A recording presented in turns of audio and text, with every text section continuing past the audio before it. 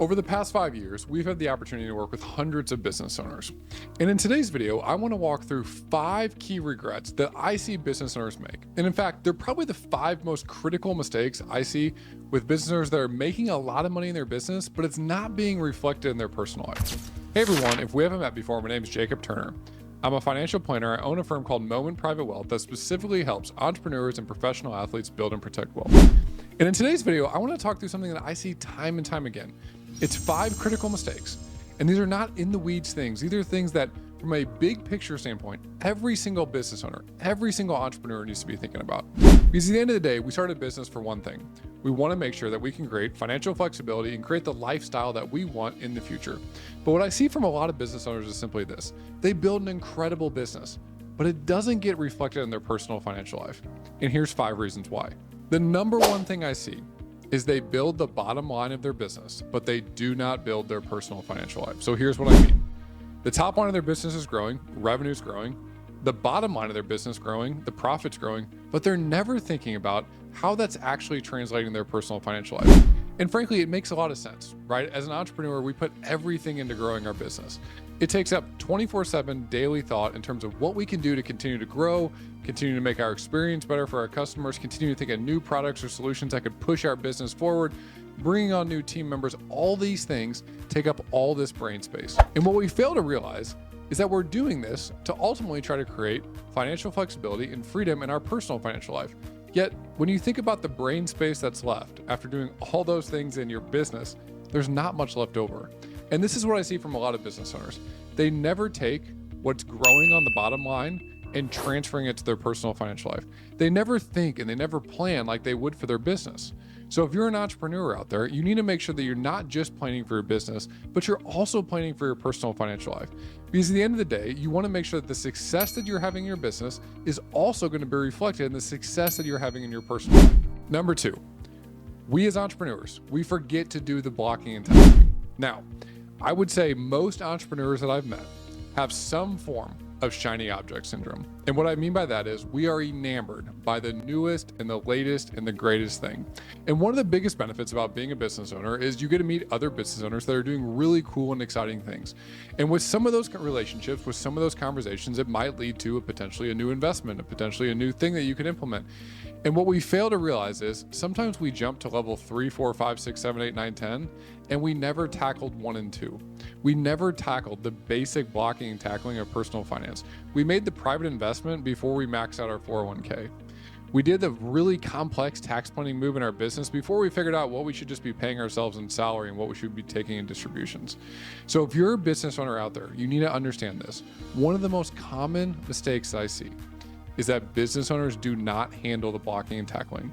We can get to level 3, 4, 5, 6 and on up, but we have to start with level 1 and 2. You think about it like building a house. You have to build the foundation of your house first before you can build the second level. Don't try to build the second level first. The third big regret or mistake that I see business owners make is we think about taxes as a yearly game and not a lifetime one. And I'm going to give you a couple specific examples that I see of this. When I see business owners, we're always thinking about what can we make today to maximize our after-tax net take home. But we're only thinking about it for this year. We're not thinking about what it could do for future years. When we see a business owner, all we're thinking about is saying, okay, what are all the different assets that we have in our business? What are all the different investments? Typically, that's going to be the business that we own. That's going to be outside private investments. That's going to be public market investments. That's going to be cash. It's going to be real estate, all these things. And what we need to do from a tax planning standpoint is how do we mesh all these things together to say, how can we lower our lifetime tax bill? Because so often we get so enamored by utilizing one strategy that's going to help us save money in taxes this year, but it might be costing us taxes in the future. And the reason why I mentioned all those different elements that come into play, all the different investments we have, when we think about planning for a business owner, we have to be thinking about all the different pieces working in unison together. Because the reality is they do work together. They're all part of your personal financial life and they're all part of the journey that you're on together. And you want to make sure that they're all talking to each other, because if not, what's going to happen is you're going to feel like you saved a lot of money in taxes in 1 year. But what's really happening is you're going to be paying more over the course of your lifetime. The fourth big mistake or regret that I see is business owners don't value their business. Now, every business owner essentially started like this. We start a business, we have an idea, it becomes really, really hard. We realize it's really, really hard. And all we're thinking about is how do we make payroll?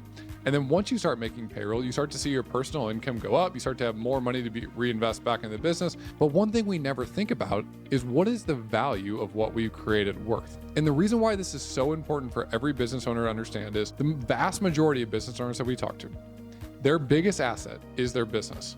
And oftentimes they don't even know what the value of their business is until they maybe get an LOI, which is a letter of intent. Somebody wants to buy their business and they put this number down on a piece of paper, and the business owner calls us and says, I can't believe my business is worth that much. And that's what we see time and time again. So the reality is, for most business owners, your biggest asset is going to be your business. And we need to make sure we're valuing that. And the reason why this matters is because ultimately we created this business to help create financial flexibility and freedom for our lifestyle over here. So if we did that, we need to understand what our biggest asset is worth. That flows to my fifth and my biggest regret that I see from business owners. We don't ever take the 30,000 foot view. Now consider this analogy. If you were in the army and you were going to war and you were a ground soldier, when you're looking out, all you can see is the trees and maybe a couple hills, and maybe off in the distance, maybe you can see the other army. Now, if you were in a helicopter and you were 30,000 feet up and you were looking down on everybody, you would be able to have this huge viewpoint of everything that's going on. And you would be able to understand what strategies, what tactics, which way should we direct the ground troops to go, and which strategies should we use to make sure that we win that battle. And I want you to think about your business the same way. As business owners, if we don't take that 30,000 foot view, what happens is we get so bogged down, we never fail to see past the trees. And by doing that, we don't actually plan for the future. We're just planning for the day-to-day, and Monday through Friday is happening. We're working on Saturdays and Sundays, and then the week repeats, and then the week repeats. And then soon enough, a year goes by, a decade goes by, 2 decades goes by, a lifetime goes by. And we've never really planned with the end in mind. One of the things that if you've been watching my channel, you hear me say a lot, is I like to plan with the end in mind. And when I think about all 5 of these different regrets, they all flow back to planning with the end in mind. And here's the reason why that's so important. Think about it like this. If you plan with your business and everything that you are going to do with your personal financial life and saying, I want to create this outcome, whatever that outcome is for you in the next 10, 20, 30 years in the future, you can backtrack and say, how are we going to get there today? But oftentimes what I see is we don't tackle these 5 things that I talked about here. We never think about it with the end in mind. We think about it from the day-to-day perspective because we're still thinking about making that first payroll. Well, chances are you might be past making that first payroll. You might be making more money than you've ever made before. Your business might be worth more money than you could ever have imagined. And this is what we help business owners do. We help them make sure that they are getting the most out of their business and make sure that that's connecting to their personal financial life. Make sure that you're not overpaying the government, make sure you're taking that 30,000 foot view, making sure that you're handling the blocking and tackling so that you can do all the things that you want to do in the future. Because at the end of the day, we started this business to create an outcome. And I'm going to tell you right now, the best outcomes start with the end in mind. So if you're an entrepreneur out there, if you're a business owner out there, and you're saying, I know I need help, but where do I start? Well, this channel is a great place. So if you like that sort of thing, make sure you subscribe so you don't miss any future videos. You can also check out our team at moenprivatewealth.com, where we specifically help entrepreneurs and professional athletes build and protect wealth. We tackle everything that we talked about here today. Ultimately, the end outcome being for every business owner that we work with, I want to make sure that they're not just maximizing the value of their business, but it's also being reflected in their personal financial life. Until next time, my friends.